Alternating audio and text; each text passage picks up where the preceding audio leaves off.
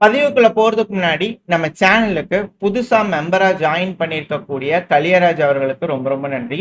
கூடவே தொடர்ந்து நம்ம சேனலுக்கு மெம்பர்ஷிப்ல இருக்கக்கூடிய கண்ணன் பாண்டி அவர்கள், முத்து அவர்கள், ராஜராஜா அவர்கள், ரங்கராஜ் ரெங்கசுவாமி அவர்களுக்கும் ரொம்ப ரொம்ப நன்றி.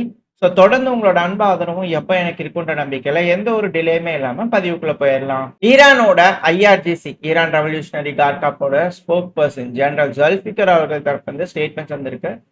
ஈரானோட வாரியர்ஸ், இஸ்லாமோட வாரியர்ஸ் இந்த ஒரு தருணத்துக்காக தான் வெயிட் பண்ணிக்கிட்டு இருக்கோம் அப்படிங்கிறது போல.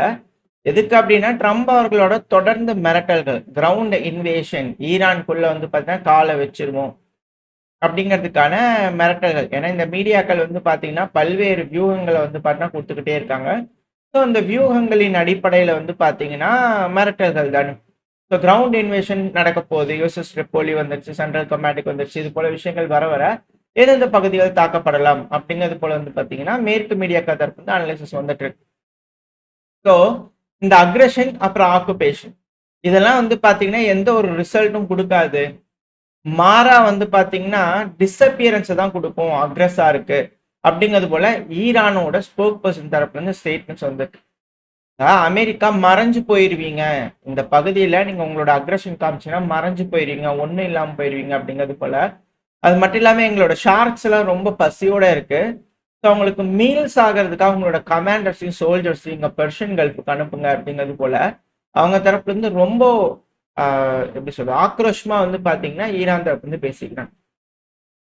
அமெரிக்காவோட அதிபர் இருக்கிறார் இல்லையா, அது மட்டும் இல்லாமல் இந்த பேச்சுவார்த்தைகள் சும்மா சும்மா சொல்லிட்டு இருக்கிறதுனால அவர் தரப்பு என்ன நிறைய விஷயங்கள் சொன்னாரு. இதுல முக்கியமான பாயிண்ட்ஸ் பண்ணு.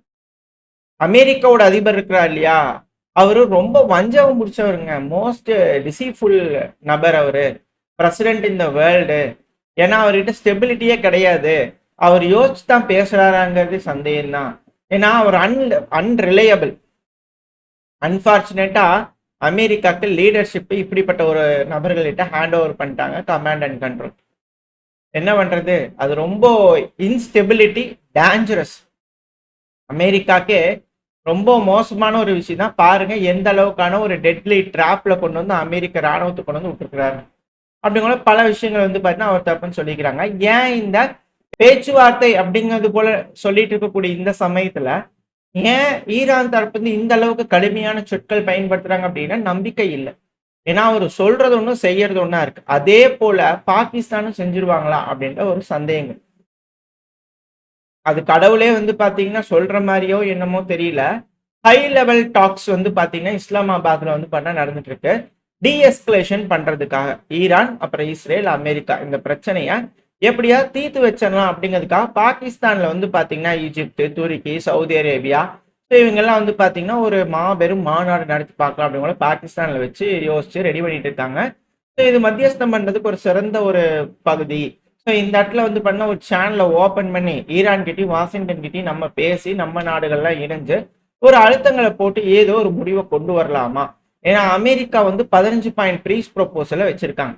அதில் எதெல்லாம் வச்சுக்கலாம் எதெல்லாம் வேணும் அப்படிங்கிறது போல யோசிச்சு ஈரானையும் கன்வின்ஸ் பண்ணி அமெரிக்காவும் கன்வின்ஸ் பண்ற மாதிரியான ஒரு விஷயம் அங்கே நடத்தலாமா அப்படிங்கிற பார்த்துருக்குறாங்க. அதில் ஈரான் இந்த ஈரான் சம்பந்தப்பட்ட பிரச்சனை பேசுறதுக்காக தான் கூடியிருக்காங்க. அதுல யார் நடத்த போறா, பாகிஸ்தான் நடத்த போறா, தலைமை தாங்கி நடத்த போறாங்க. ஏன்னா அந்த நாட்டுல தான் நடக்குது. அதுல பாகிஸ்தானோட ஃபாரின் மினிஸ்டர் வந்து பண்ணா வலிக்கிட்டு விழுகிறார். அதாவது பேச்சுவார்த்தைக்கு போறதுக்கு முன்னாடியே இப்படி அப்படின்னா ஒண்ணு கடவுள் சொல்றாரா, ஏதாவது பாகிஸ்தான் ஒளிபறிக்கலான்னு நினைச்சா ஈரானுக்கு உள்ள ஒண்ணு தள்ளி விட்டு புதைச்சிருவேன் அப்படிங்கிற சொல்றாரா, என்ன எதுங்க தெரியல. ஸோ ஒரு அசம்பாவிதம் நடந்தது. இப்போ பாகிஸ்தானுக்கு வந்து பார்த்தீங்கன்னா ஏதோ ஒரு விஷயம் செய்யறதுக்கு காத்திருக்குமா, ஈரானுக்கு பின்னாடி குழி தோன்றதுக்கு யோசிப்பாங்களா அப்படிங்கிற சந்தேகங்கள் இருக்கு. வெயிட் பண்ணி பார்ப்போம். நல்லா நடந்தா நல்லதுதான். ஏன்னா பாகிஸ்தானோட ஹிஸ்டரி அப்படி, வரலாறு அந்த மாதிரி நம்புற மாதிரி எதுவும் செய்ய மாட்டாங்களே அப்படிங்கிறது போல. ஸோ பார்ப்போம். ஏன்னா தாக்குதல் அப்படிங்கிறது படம் வீரியம் அடைஞ்சிட்டு இருக்கு. அதுவும் அணு ஆயுத போர் அப்படிங்கிற மாதிரியான ஒரு சூழ்நிலை நோக்கி போயிட்டு இருக்கு. ஏன்னா துருக்கியோட சேனல்ஸ் வந்து பண்ண கேப்சர் பண்ணியிருக்காங்க. அதாவது ஒரு தாக்குதலுக்கு தொடர்ந்து இன்னொரு தாக்குதல் நடத்தி இருக்கிறாங்க ஈரான். அதாவது துருக்கியோட சேனல்கள் சொல்லிட்டு இருக்காங்க, அதாவது இஸ்ரேலோட ஃபைட்டர் ஜெட்ஸ்லாம் வந்து பண்ண சைரனை கிரவுண்ட்ல டிராப் பண்றாங்க. ஏன்னா அந்த பகுதியில் சைரன்ஸே ப்ராப்பராக இருக்க மாட்டேங்குது. ஏன்னா ரேடார்ஸ் பெருமளவில் எல்லா பக்கத்துலையும் அடிச்சிட்டாங்க இல்லையா? ஸோ அதனால முன்கூட்டியே தகவல் தரணுன்றதுக்காக ரொம்ப ஃபாஸ்ட்டாக ரியாக்ட் பண்ணுறதுக்காக விமானங்கள் சைரன்ஸை கீழே போடுறாங்க. காரணம் என்னன்னா, ஈரான் அங்க இருக்கக்கூடிய ஒரு கெமிக்கல் காம்ப்ளெக்ஸ் வந்து பண்ண அடிச்சிட்டாங்க. இது போன பதிவில் பார்த்துருக்கோம். ரமட் ஹவாக் கெமிக்கல் பிளான்ட் மேல அடிச்சிட்டாங்க. இதனால விஷ வாயு வந்து பார்த்தீங்கன்னா தாக்குற அபாயங்கள் இருக்கு. ஏன்னா அதிகப்படியான ஆயுதங்கள் தயாரிக்கிறதுக்கான ஃபெசிலிட்டி அது. அது ரொம்ப ப்ரொடெக்டடான ஒரு ஃபெசிலிட்டி தான். பட் அது மேலேயும் தாக்குதல் நடந்திருக்கு. ஒரு தாக்குதல் நடந்திருக்கு. தடுக்கும் போது அந்த இடத்துல வந்து பார்த்தீங்கன்னா உதிரி பாகங்கள் விழுந்துருச்சு அப்படிங்கிற இஸ்ரேல் தரப்புன்னு சொல்றாங்க.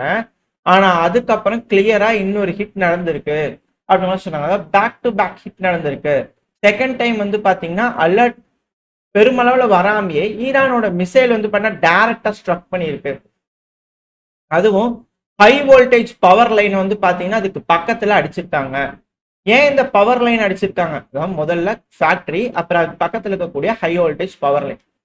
ஏன் இங்க அப்படின்னா இது Dimona nuclear power பிளான்ட்டோட close proximity ரேஞ்சில் இருக்கக்கூடிய ஒரு பகுதி.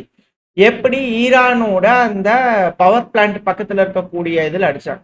அதே போல இப்ப ஈரான் வந்து பாத்தீங்கன்னா இஸ்ரேல்ல இருக்கக்கூடிய ஹை வோல்டேஜ் பவர் லைன்ஸ் மேல அடிக்கிறாங்க. துல்லிய தாக்குதல்கள் ஈரான் இப்ப இஸ்ரேல் மேல பண்ணிட்டு இருக்காங்க. இஸ்ரேல் அதை தடுக்க முடியல.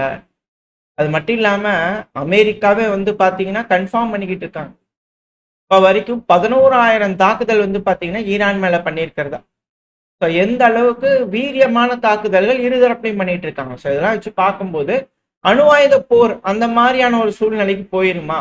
அணுக்கசிவு ஏற்பட்டுச்சு அப்படின்னா வெறும் ஈரான், வெறும் இஸ்ரேல் மட்டும் இல்ல, சுத்தி இருக்கக்கூடிய நாடுகள் எல்லாருமே பாதிப்படைவாங்க. அதுவும் காத்து எந்த வேகத்துல அடிக்குது, எந்த மாதிரி அப்படிங்கறத பொறுத்துதான் எத்தனை நாடுகளுக்கு பரவும் அப்படிங்கறதெல்லாம் இருக்கு. ஒன்ஸ் காற்று கண்டாமினேட் ஆக ஆரம்பிச்சிருச்சுன்னா சுத்தி இருக்கக்கூடிய நாடுகள் எல்லாத்துக்குமே பேராபத்துகள். ஏன்னா அவங்களாம் எங்க போவாங்க, வாழ்வாதாரம் இல்லாம ரொம்ப பாதிப்படைவாங்க அப்படிங்கிறதுல மாற்றுக்கருத்துல. இதுல வந்து பண்ண 11,000 ஸ்ட்ரைக்ஸ் அமெரிக்கா கிளைம் பண்றாங்க. 150 ஷிப்புக்கு மேல வந்து பண்ண நாங்க டெஸ்ட்ராய் பண்ணிட்டோம் அப்படிங்கிறத சொல்றாங்க. தாக்குதலோட வீரியம் அப்படிங்கிறது இன்க்ரீஸ் ஆயிருக்கு அப்படின்னாலும் ஈரானோட தாக்குதலோட வீரியம் அப்படிங்கிறது பண்ணா அட்டாக்கிங் ரேட் கம்மியா இருந்தாலும் ஹிட் ரேட் அதிகமா இருக்கு, இணையா இருக்கு. ஸோ அமெரிக்கா நினைச்ச மாதிரி ஈரானுக்குள்ள அந்த மிசைலோட லான்ச் தான் கம்மியா இருக்கான்னு கேட்டீங்கன்னா இல்லை. இது அமெரிக்காவோட ஃபெயிலியர். ஸோ அந்த ஃபெயிலியர்னால கோவப்பட்டு அடுத்தடுத்த லெவல் எஸ்கலேஷனுக்கு போயிட்டு இருக்கு. இது யாராவது முற்றுப்புள்ளி வைக்கல அப்படின்னா கண்டிப்பா பெரும்போரா மாறிடும் அப்படிங்கிற பல அனலிஸ்டோட கருத்துக்கள், அச்சங்கள் பலருக்கும் இருக்கு. ஸோ அதுக்காக தான் பல நாடுகளும் ட்ரை பண்றாங்க. இது எப்படி உட்காந்து பேசி சுமூகமா தீர்க்க போறாங்க அப்படிங்கிறது தெரியல.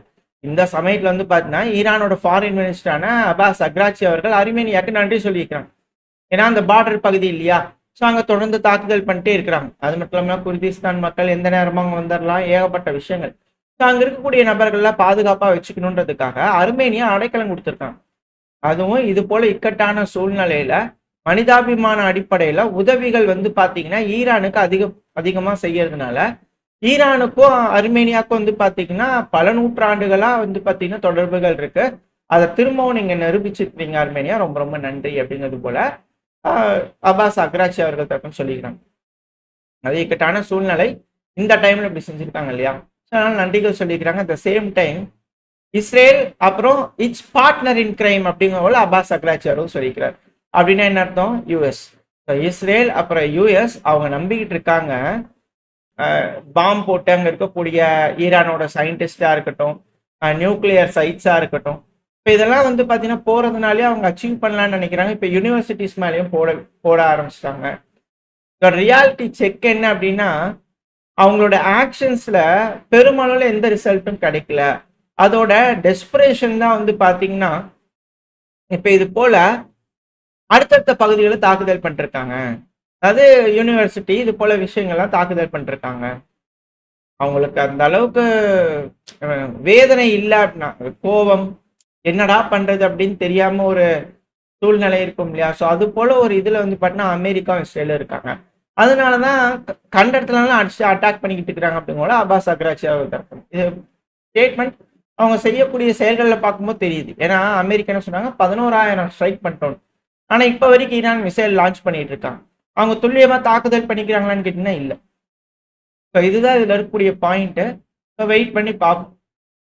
இது இன்னும் எந்த அளவுக்கு எஸ்கலேட் ஆக போகுது, இல்ல தாக்குதலோட வீரியம் குறைச்சிக்கிட்டு அமெரிக்கா சுமூகமா பேச்சுவார்த்தைக்கு வந்துருவாங்களா?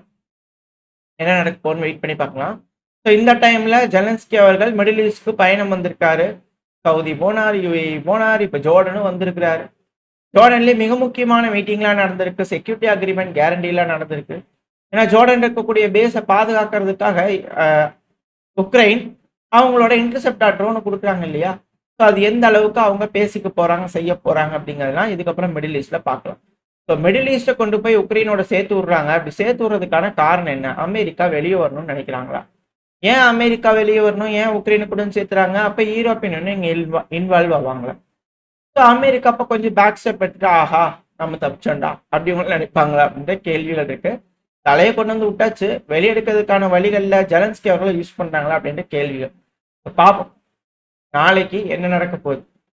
திங்கக்கிழமை ரத்த கலரி ஆக போதா ட்ரேடு, இல்ல ட்ரம்ப் அவர்கள் வழக்கம் போல பொய் சொல்ல போறாரா? என்ன சார் நடக்க போகுதுன்றது வெயிட் பண்ணி பார்க்கலாம். ஓரளவுக்கான, அதாவது பொய் இல்ல, பிரச்சனை தீர்ந்துச்சு, பேச்சுவார்த்தை முடிஞ்சிச்சு, சக்சஸ்ஃபுல்லா நடந்துச்சு, சைட் ஆஃப் ஹார்மோஸ் வந்து வெசல்ஸ்ல ஓப்பன் ஆயிடுச்சு அப்படிங்கோட ஏதாவது சொல்லுவாரா?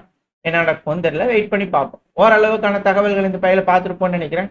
இதோட இந்த பையனை நான் முடிச்சுக்கலாம். இந்த பதிவு நல்லா இருக்கும்னு நம்பிக்கை. அடுத்த பையன் சந்திக்கிறேன். அவருக்கு ஸ்டே சேஃப். பாய்.